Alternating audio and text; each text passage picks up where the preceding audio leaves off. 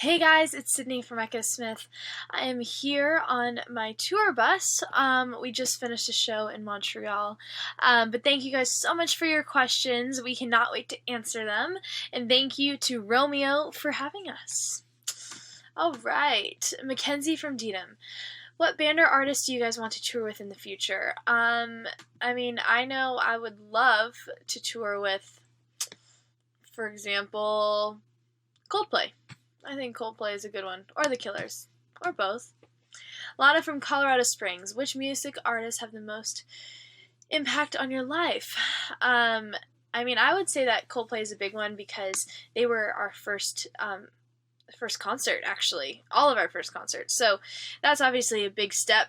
And also the fact that, they're obviously great musicians and great performers, and they also stand for something is amazing and something that really has had an impact on all of our lives, and we just, love everything that they do. Daniela from Artesia, what do you guys think you'd be doing right now if you weren't in a band? I would be a yoga or Pilates teacher, probably, because you get to work out, feel great, and make a living at the same time, which is kind of like what I'm doing now.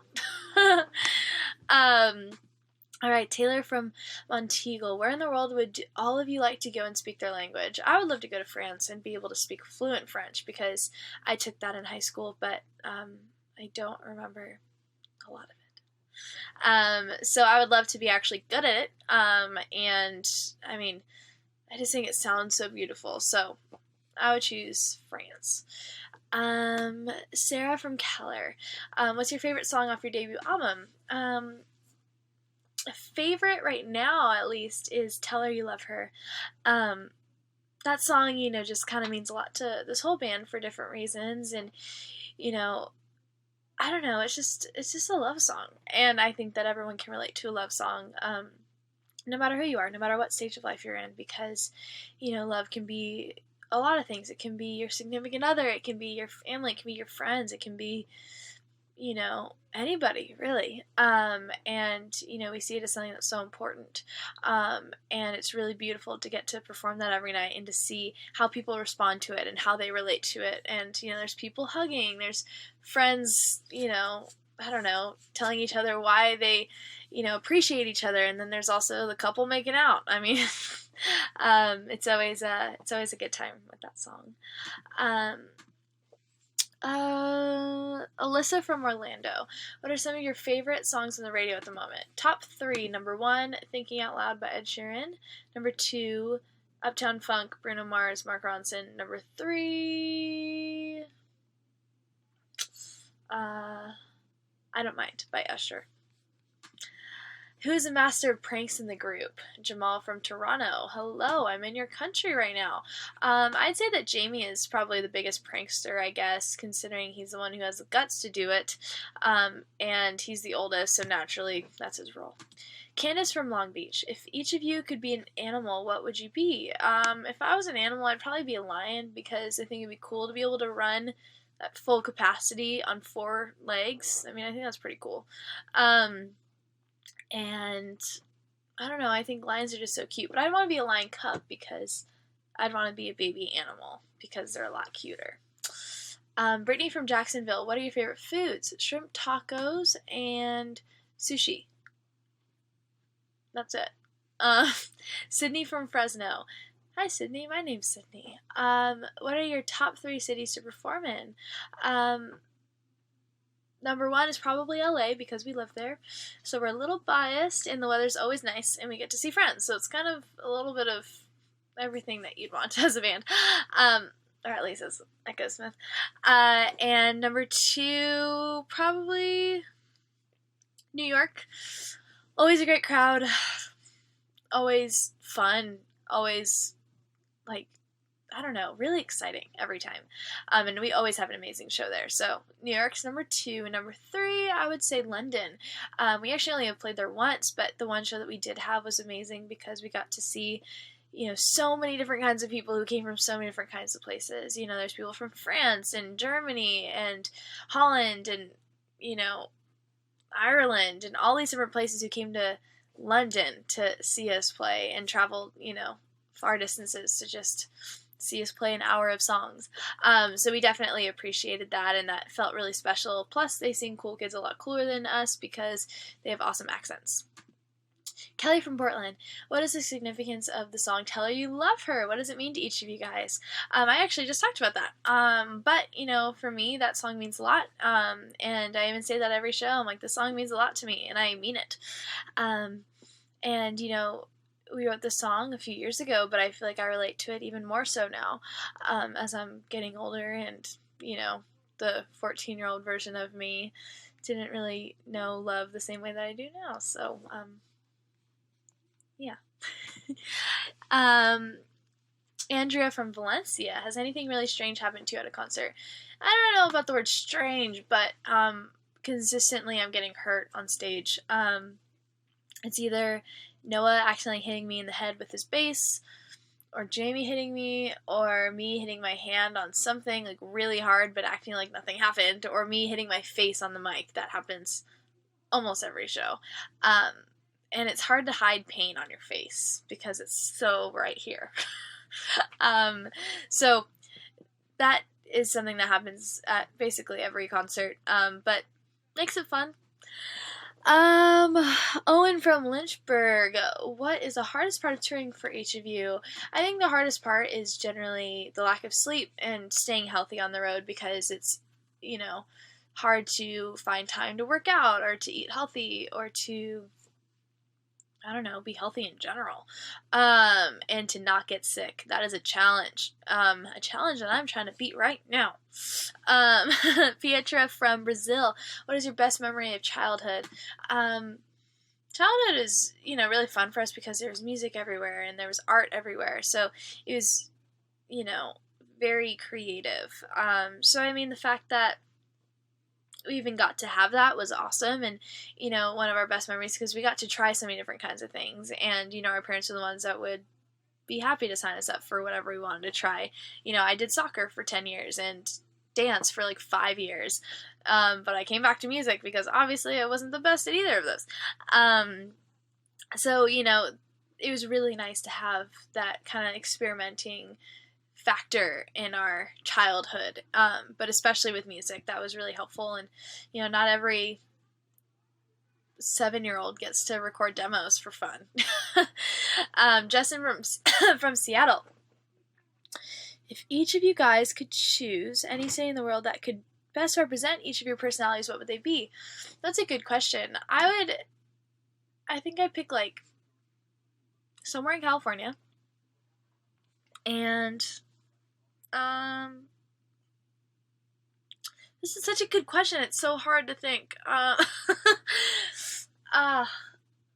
think I would pick San Diego, because they're super chill there, and really, I don't know, everyone's just really nice and friendly, and there's a beach, there's shrimp tacos, and I don't know, it's San Diego. What else do I have to say?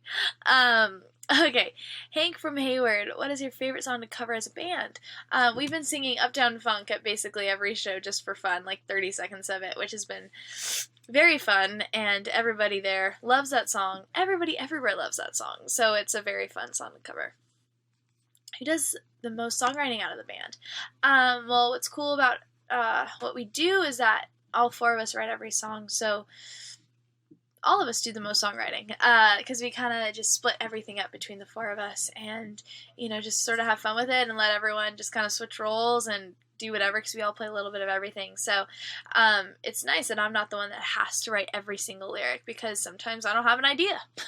And sometimes Graham, the drummer, will have a better idea than I do. So it's really nice to have that in the band. Where do you aspire to be in 5 years? 5 years, still making music, doing what we do, but hopefully at a little bit of a bigger capacity maybe, and continue to be a happy person then, and I don't know, stuff like that. I don't really know. A lot can happen in 5 years, so I'm excited to see what happens, and I'm excited to see this video 5 years from now and think, I don't know what I would think, actually. But I'm excited to find out. Clement from Silver Spring. Who heard the album Talking Dreams first? Actually, on our first year of Warped Tour in 2013, before the album came out, we used to have little listening parties, a couple times in that summer, and we would invite different bands and crew members. So, people from Never Shout Never to the guy who sets up the main stage, those people heard it first, which is really a unique experience and really cool to say that those people got to, hear what we did first. Who would you like to work on a collaboration with in the future? From Ava in Toledo. I think it'd be really cool to do something with Ed Sheeran, be it singing or writing or doing something with him, or both. I would be very, very, very excited about it. Lily from Portland, did you ever think Cool Kids would put you guys on the map? No.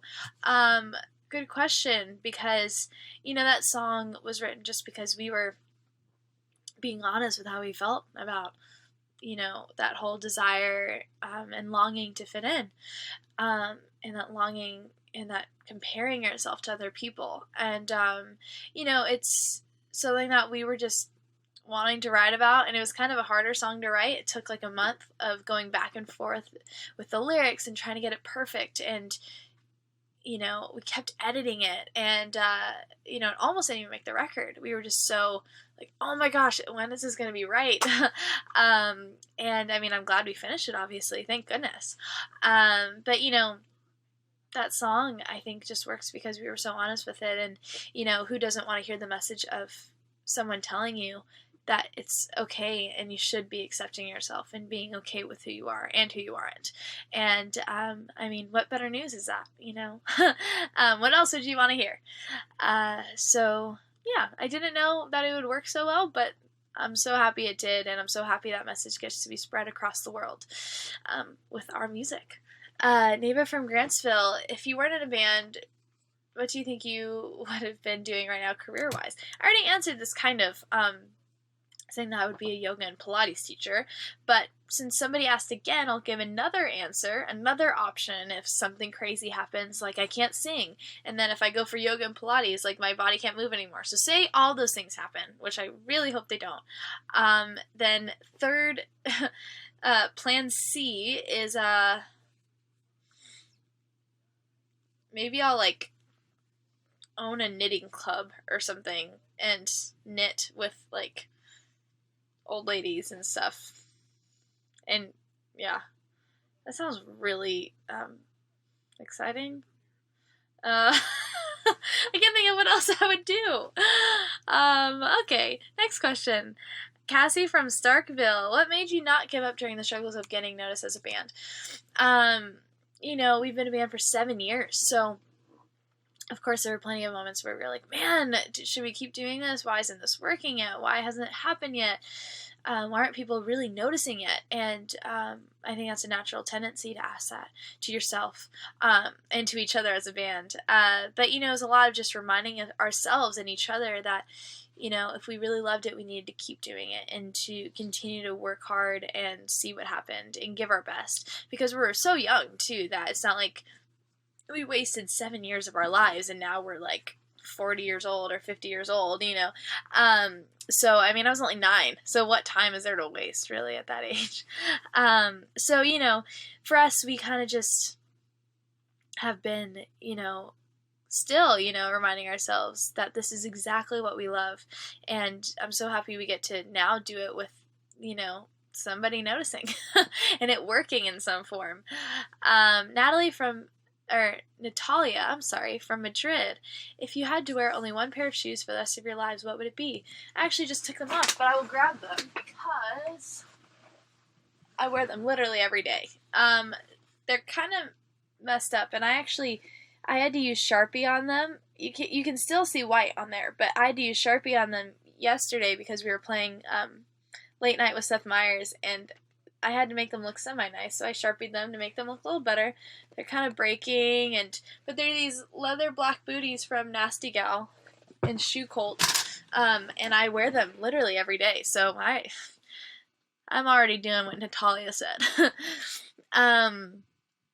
Ryan from Peterborough, who's a neat freak out of the band. I think I was gonna say myself, but I would say maybe Graham is because he's super super organized, which is awesome. We need somebody organized here. Like he'll, I don't know, have all three of his phone chargers because just in case, in one place, and then his Mophie's in another place, and his clothes in a specific area, and his underwear, I don't know. But he's very organized, but yeah. I think he wins that game. Jack from London. Can any of you play other instruments besides what you typically play? Yes. All of us kind of play a little bit of everything, like I mentioned earlier, but I actually can't play bass, but I can do, besides bass, I can play a little bit of everything in the band and stuff. But, my first instrument besides singing was drums, but there's a reason why Graham is the one playing drums on stage, because he's obviously a lot better than all of us at drums. So, it's nice to have the ability to do all those things because it leaves more options when we're writing songs and creating and just having fun. But we don't, I mean, there's a reason why all of us are on stage doing what we do. Aiden from Grand Rapids. Do each of you have a favorite book? If so, what is it? I'm going to be the most typical girl in the world, but I'm going to say, can you guess what it is? The Fault in Our Stars. You won. I mean, John Green is just so, I don't know how he can pretend to be a girl so good. Or so well, I'm so sorry. I mean, it's just such a good book. It's the first book I've ever cried in, and I mean, it just made me feel so sad, but so good, and so like, I don't know. It made me feel better somehow. So that's definitely one of my favorites, and it's the most recent book that I read, probably at least all the way through, because I'm the girl who will read half of a book and then start another one and read half of that one and so on. But anyway, I'm a big fan. Thank you guys again so much for submitting your questions for us. We really enjoyed answering them. And thank you again to Romeo for doing this. How do I stop this?